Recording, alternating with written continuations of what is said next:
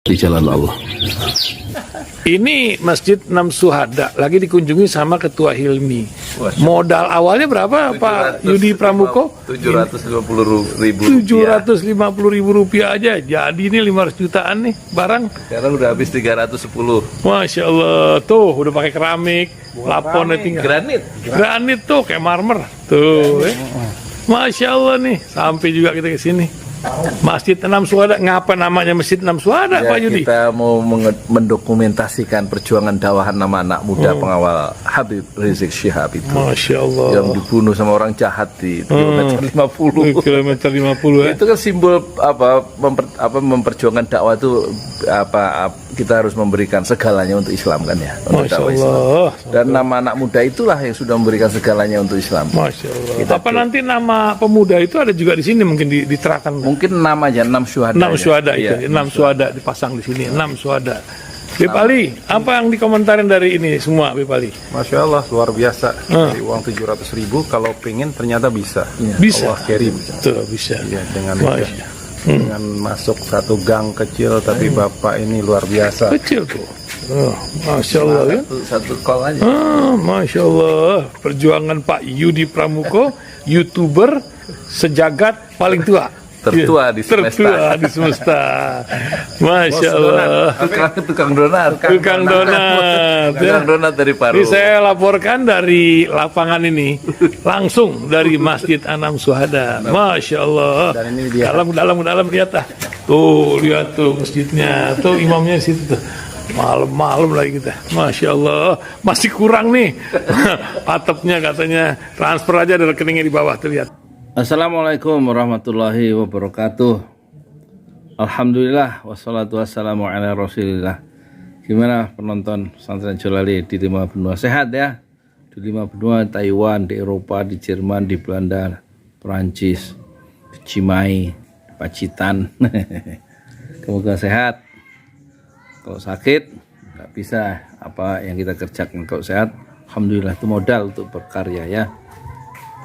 Sekarang saya membahas tentang baru ini PPATK memblokir 40 rekening Rafael Alun ya dan keluarganya. Nilainya 500 miliar.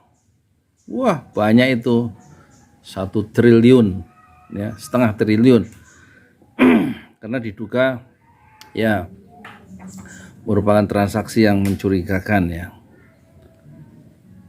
Ya, itu sebenarnya kita cukup curiga ya. Kalau yang dibidik itu hanya Dirjen Pajak, kan dia pejabat di situ. Lah yang lain tentu nggak berani ya, orang ngomong sembarangan ya. Kekayaan-kekayaan yang lain, pejabat-pejabat yang lain, berani nggak PPATK itu memblokir itu? Ya kalau cuma laporan harta kekayaan dan pejabat negara itu kan cuma laporan, tapi kan menurut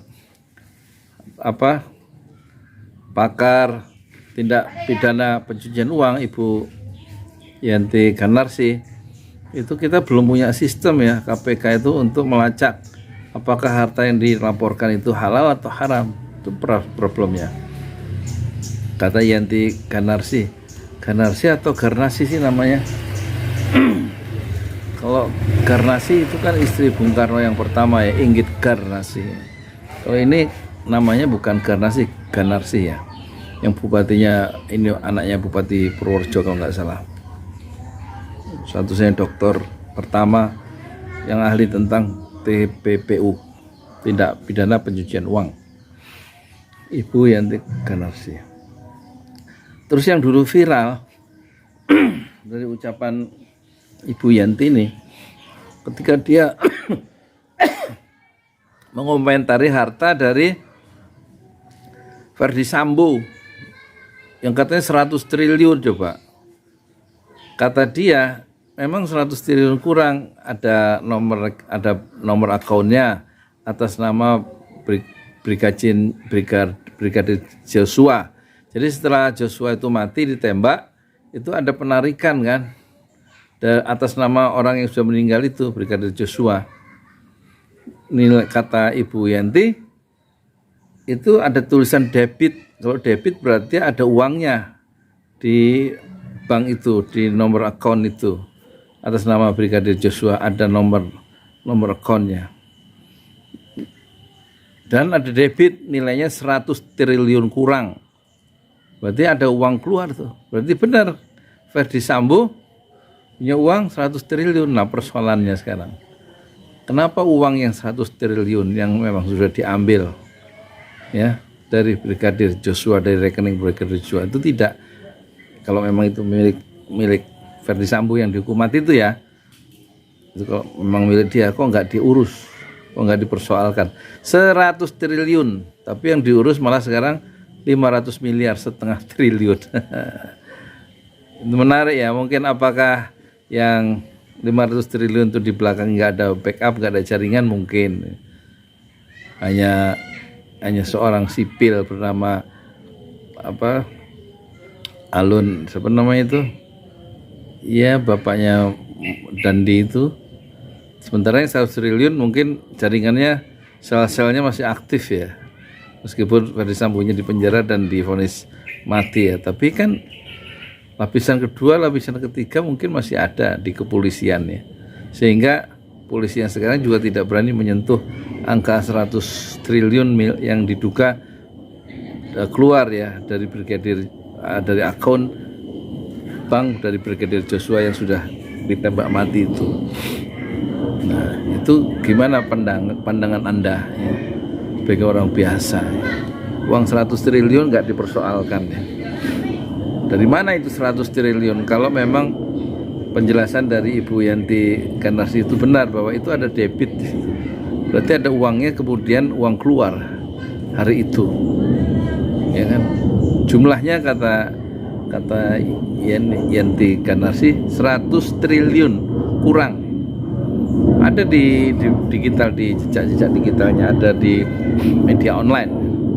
Bukan 100 miliar ya, 100 triliun kurang. Bagaimana menurut Anda? Kenapa yang 100 triliun tidak dipersoalkan atau tidak diblok waktu itu oleh PPATK, atau PPATK kurang cepat ya?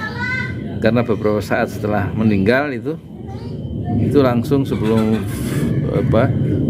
kasusnya sangat viral dan sangat mengguncang Indonesia, rupanya sudah terjadi proses debit ya, penarikan uang dalam jumlah yang besar, yaitu 100 triliun kurang menurut pakar tindak pidana pencucian uang yaitu Yanti Ganarsi. Silahkan komentar, silahkan like, share. Saya Yudi Pramuko, tukang donat dari Parung YouTuber tertua di semesta.